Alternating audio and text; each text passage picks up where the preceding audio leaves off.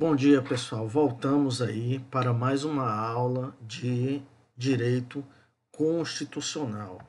Dessa vez nós vamos começar a nossa análise aqui pelo Supremo Tribunal Federal, que no caso vocês vão encontrar a regulamentação aqui no artigo 101 da Constituição, certo? Do Supremo Tribunal Federal. No caso, tá, gente?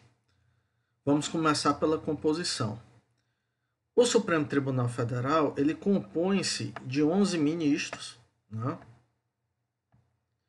E aí um dado muito importante, com cidadãos com mais de 35 anos e menos de 65 anos de notável saber jurídico e reputação ilibada. Os ministros do Supremo Tribunal Federal serão nomeados pelo presidente da República, aprovada aí necessidade de aprovação da maioria absoluta do Senado Federal. Então vejam só, tá, pessoal?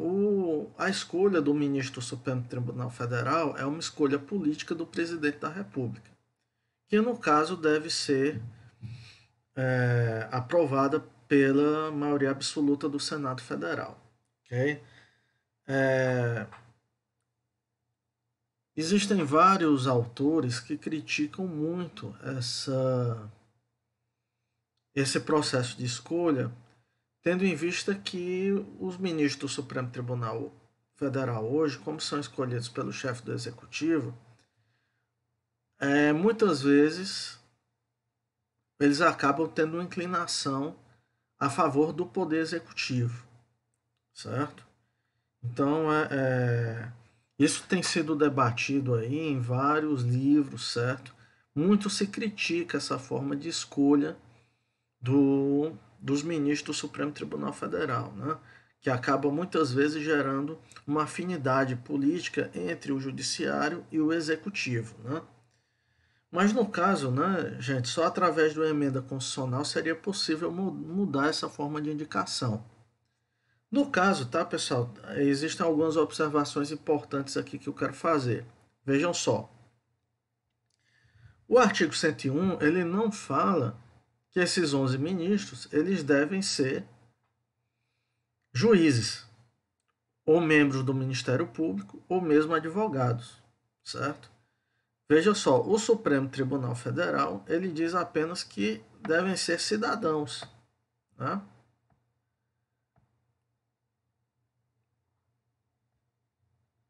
De notável saber jurídico e reputação ilibada.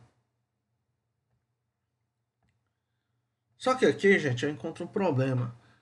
Não existe lei regulamentando o que é notável saber. Também não existe lei regulamentando o que é reputação ilibada. Então, acaba-se que esses dois critérios aqui acabam entrando na subjetividade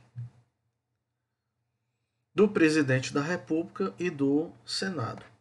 Okay? São eles que vão apurar se realmente esses dois critérios eles estão atendidos, certo? Mas não existe uma lei regulamentando isso, nem a Constituição fala o que é que seria uma pessoa de notável saber, certo? Então a gente pode dizer até que não é obrigatório que seja aí um membro da magistratura, ou membro da advocacia, ou membro do Ministério Público, certo? Então trata-se de uma indicação bem ampla. Perfeito? Então, gente, seguindo adiante, visto isso a questão referente à indicação dos membros do Supremo Tribunal Federal, a gente já pode passar para a segunda parte, que é a referência das competências. E aqui, pessoal, eu quero fazer um comentário sobre o modelo de tribunal que foi feito o Supremo Tribunal Federal. Porque no mundo, tá, pessoal, existem vários modelos de órgão de cúpula, certo? Do Poder Judiciário. Um desses modelos bastante conhecidos é o modelo de Tribunal Constitucional e Corte de Apelação, ou Corte de Recursos. Porque o que é que acontece? No caso quando o país ele adota um modelo, adotando a ideia de tribunal constitucional, significa que esse tribunal constitucional ele vai julgar apenas questões referentes ao ordenamento jurídico, certo? Ou seja, vai decidir se uma lei é inconstitucional, se é constitucional, certo? É isso que o Tribunal Constitucional faz. Ele julga a norma jurídica em abstrato. O que é que significa eu dizer em abstrato? É que é a norma em si, certo? Tribunal Constitucional, ele não julga lide, não julga conflito de pessoas, conflito entre instituições. Ele julga a norma em si. Ou seja, ele realiza um controle de constitucionalidade abstrato, certo? É diferente, por exemplo, quando o órgão de cúpula do judiciário ele também funciona como uma corte de recursos ou uma corte de apelação, certo? Que aí o que é que pode acontecer? Existe uma lide, né, um caso concreto, em que, por exemplo, a pessoa A entra com processo contra a pessoa B, e aí, através de recursos, esse processo ele chega no órgão de cúpula do judiciário, certo? Então, na realidade, são dois tipos de modelo. E no caso, tem aqueles modelos que são mistos, que é o caso aqui do Supremo Tribunal Federal, certo? Só a título de exemplo, tá, pessoal? Quem adotou essa metodologia esse esquema, né, de Tribunal Constitucional, eu posso citar aí como exemplo clássico a Áustria. Lá existe o Tribunal Constitucional e existe lá a Corte de Apelação, certo? A Corte de Recursos. No caso aqui, no Brasil, nós temos o Supremo Tribunal Federal, que ele possui uma atribuição mista. Ele tanto funciona como um tribunal constitucional, como também funciona como corte de recursos, corte de apelação, certo? Então, a gente pode visualizar aqui dentro das competências, essa questão dentro das competências. Veja só, compete ao Supremo Tribunal Federal, principalmente a guarda da Constituição, cabendo-lhe, veja só, processar ação direta de inconstitucionalidade de lei ou ato normativo federal estadual e ação declaratória de constitucionalidade de lei ou ato normativo federal. Essa primeira competência aqui é uma competência típica de Tribunal Constitucional, certo? Vocês vão aprofundar essa matéria de controle de constitucionalidade em outro vídeo, certo? Nós vamos aprofundar em outro vídeo. Mas eu quero dizer que quando há uma ação direta de inconstitucionalidade, o Supremo Tribunal Federal ele vai julgar a natureza da norma jurídica nos termos da Constituição, certo? Não há, assim, propriamente uma lide. No caso, eu tenho várias situações em que isso acontece, tá, gente? Mas, por exemplo, você pode citar como exemplo a ADC número 16, certo? Que julgava aí a constitucionalidade de um artigo da Lei 8666, sem se reportar conflitos, certo? A natureza da norma jurídica. Existe também a chamada arguição de descumprimento de preceito fundamental, que também é uma ação que é julgada dentro desse sistema, a DPF, né? Então, um outro exemplo que eu poderia citar é a DPF 130, que trouxe aí a inconstitucionalidade da lei de imprensa, certo? Então, não havia, nesse caso aqui, uma lide. Trata-se de um julgamento da norma jurídica em si. Isso de acordo com a sua compatibilidade com a Constituição. Ok? Outra situação muito diferente, tá, pessoal? Você encontra aqui. Julgar as infrações penais comuns do presidente, vice-presidente, membros do Congresso, próprio ministro, procurador-geral. Aqui, tá, pessoal? O Supremo Tribunal Federal, ele não está atuando como um tribunal constitucional. Ele está julgando basicamente como uma corte de apelação, uma corte de recursos, né? Mas basicamente realizando um controle concreto, certo? Nesse caso aqui, você existe um problema concreto de alguém. Vamos supor que o presidente da República ele cometa aí um ato de prevaricação, seja acusado de cometer prevaricação. Caberá ao Supremo Tribunal Federal julgar esse crime, certo? E aí segue adiante aqui as outras competências, ó, do mesmo jeito aqui, infrações penais comuns e de responsabilidade dos ministros, comandante da Marinha, etc. Julgando também habeas corpus, ok? Quando o paciente, qualquer das pessoas referidas na linha anterior, mandado de segurança e habeas data contra essas autoridades aqui. Então, tudo isso, o Supremo Tribunal Federal, ele está realizando aí um trabalho, um julgamento concreto, certo? Porque há um caso em si. Perfeito? Posteriormente, tá, pessoal? Aqui em relação às competências, há de se destacar o litígio entre Estado estrangeiro, organismo internacional, juntamente com a União, Estado, Distrito Federal e território. Cuidado, tá, pessoal? Não tem município aqui, tá? Então, isso é uma pegadinha, às vezes, muito cobrada em concurso, tá? Organismo internacional e a União, Estado, Distrito Federal ou território. Tá certo? Cuidado, não tem município aqui. Pegadinha. Beleza? As causas e os conflitos entre a União Estados, União Distrito Federal, entre uns e outros, inclusive as respectivas entidades administrativas. Novamente, tá, pessoal? Não tem município, tá? Fica de olho nisso. Mas aqui eu quero fazer uma observação que não são todos os casos, por exemplo, não são todos os conflitos entre a União e os estados que vai gerar a competência do Supremo Tribunal Federal, tá?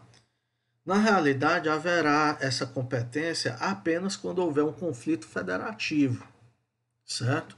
Quando houver aí uma suposta violação à repartição de competências constitucionais. Aí, nesse caso, será a competência do Supremo Tribunal Federal. Se não houver um conflito federativo, não será a competência do Supremo Tribunal Federal. Ok? Extradição solicitada por Estado estrangeiro, muito tranquilo.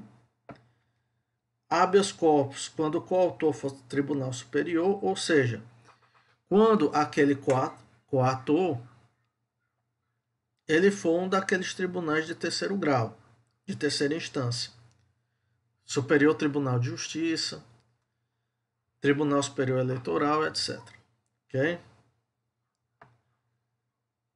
Seguindo adiante, revisão criminal, ação rescisória de seus próprios julgados, reclamação para a preservação de competência e garantia de autoridade das decisões, execução de sentença das suas próprias competências originárias, ação em que todos os membros da magistratura sejam, direto ou indiretamente, interessados. Aqui, importante, tá, gente? Conflito de competência entre tribunais superiores, certo? Então, obviamente, quando houver, por exemplo, um conflito de competência entre o STJ e o TST, caberá ao Supremo Tribunal Federal julgar esse conflito de competência. Cautelar nas ações diretas de inconstitucionalidade. Aqui também você pode incluir a ação declaratória de constitucionalidade e a arguição de descumprimento do preceito fundamental. Mandado de injunção, quando a elaboração da norma regulamentadora for atribuição dessas autoridades aqui. certo?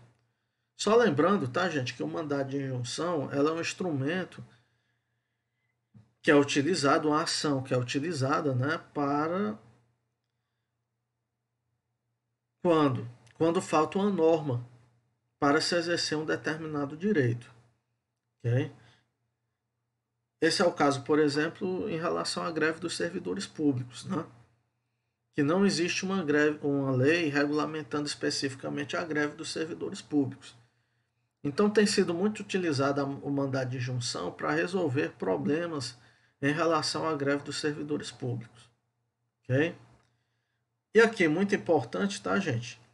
Ações contra o Conselho Nacional de Justiça e o Conselho Nacional do Ministério Público, tá? Então é importante que se diga, o Conselho Nacional de Justiça, caso ele cometa alguma arbitrariedade, caberá ao Conselho Nacional de Justiça fazer, aliás, ao Supremo Tribunal Federal, fazer o controle das decisões do Conselho Nacional de Justiça. É importante que se diga, tá, gente, que embora o Conselho Nacional de Justiça ele exerça um controle sobre o Poder Judiciário, mas é importante que se diga que o Conselho Nacional de Justiça ele não exerce controle sobre o Supremo Tribunal Federal. O Supremo Tribunal Federal está fora, ok? Na realidade é o contrário. É o Conselho Nacional de Justiça que é, de certa forma, controlado pelo Supremo Tribunal Federal. Então, caso o CNJ ele cometer alguma arbitrariedade, caberá ao Supremo Tribunal Federal julgar. A mesma coisa também acontece aí com o Conselho Nacional do Ministério Público. Perfeito? Seguindo adiante, pessoal, aqui começa a competência recursal do Supremo Tribunal Federal. Que no caso você vai encontrar dois tipos de recurso. O recurso ordinário, que é manejado nessas situações, tá? E o recurso extraordinário, certo? Que será manejado aqui nessas situações. Ok?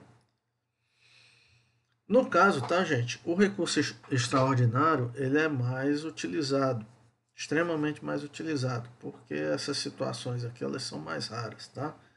Mas veja só, contrariar dispositivo dessa Constituição, declarar inconstitucionalidade de tratado ou lei federal, julgar válida lei ou ato de governo local contestado em fase dessa Constituição.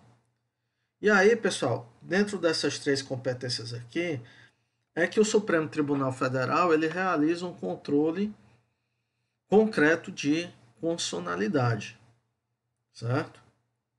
Controle concreto é no recurso extraordinário.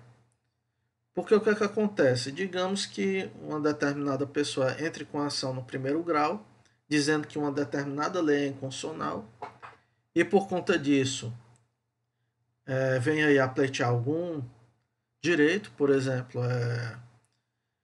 o ressarcimento do imposto, que foi pago irregularmente. E aí o que é que vai acontecer?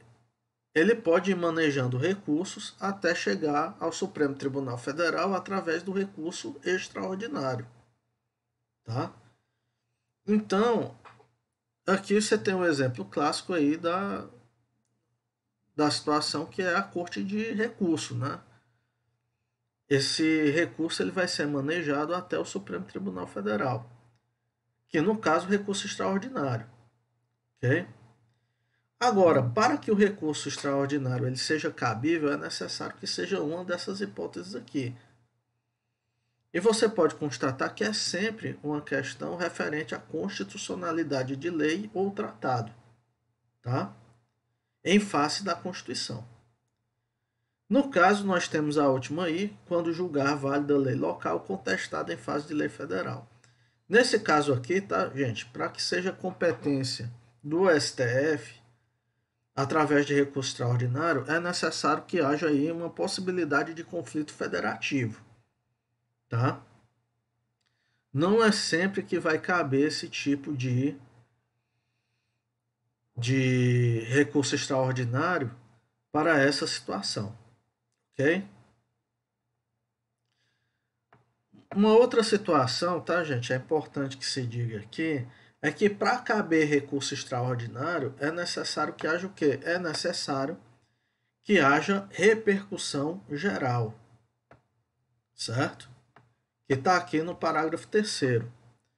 No recurso extraordinário, o recorrente deverá demonstrar repercussão geral das questões constitucionais discutidas no caso.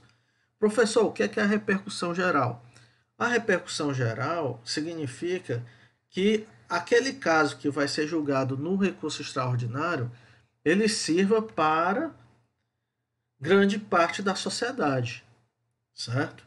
E não apenas para os litigantes. Porque, por exemplo, uma briga de vizinho jamais vai chegar ao Supremo Tribunal Federal. Por quê? Porque não tem repercussão geral, tá? No entanto, numa outra situação, ver como exemplo, digamos que houve um aumento do imposto de renda. E eu entrei com a ação dizendo que esse aumento ele é inconstitucional. Nesse caso aí, haverá repercussão geral porque existem milhares de pessoas que estão na mesma situação, certo? Então eu posso dizer que há repercussão geral. Então, no caso, tá, pessoal, é preciso que se diga isso. Não é sempre que se cabe o recurso extraordinário naquelas situações, é necessário ser repercussão geral, ou seja, que haja aí uma ampliação que aquele caso que vai ser julgado, ele sirva para outras pessoas também. Perfeito? Por fim, gente, só para completar aqui algumas questões, no parágrafo 1º, nós temos aqui a arguição de descumprimento de preceito fundamental, que é uma ação própria do controle abstrato de constitucionalidade, certo? Junto com a ADI, a ADC, ok? E por fim, tá, gente, é importante que se diga que as decisões definitivas de mérito proferidas pelo Supremo Tribunal Federal nas ações diretas de inconstitucionalidade, ação declaratória de constitucionalidade, produzirão eficácia contra todos e efeito vinculante. Aqui, tá, gente, embora o texto da Constituição não fala, tá, gente, mas a ADPF também, tá, gente? No caso da ADPF também, terão eficácia contra todos. Como assim, professor? Eficácia erga omnes. O que é que vai acontecer? Aquela decisão proferida pelo Supremo Tribunal Federal, ela vai servir para todos os casos que estão na mesma situação, ok? Então, se o Supremo Tribunal Federal declara que uma determinada lei é inconstitucional, na sede dessas ações, qualquer ação que tramite no Poder Judiciário terá que ser julgada em conformidade com a decisão. Que isso é justamente o efeito vinculante, tá, pessoal?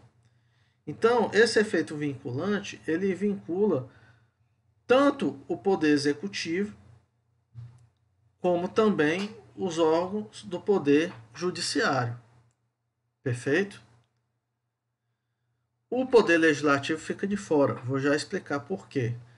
Mas eu quero que primeiramente vocês entendam que a eficácia contra todos, ou seja, toda a sociedade se submeterá àquele julgamento, certo?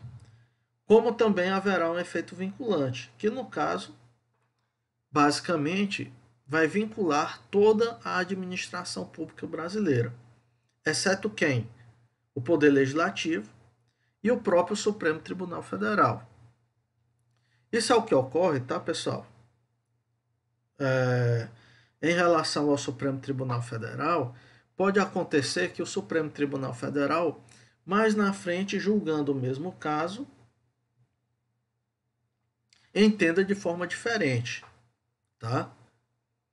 E vai haver aí o que se chama de overruling, certo?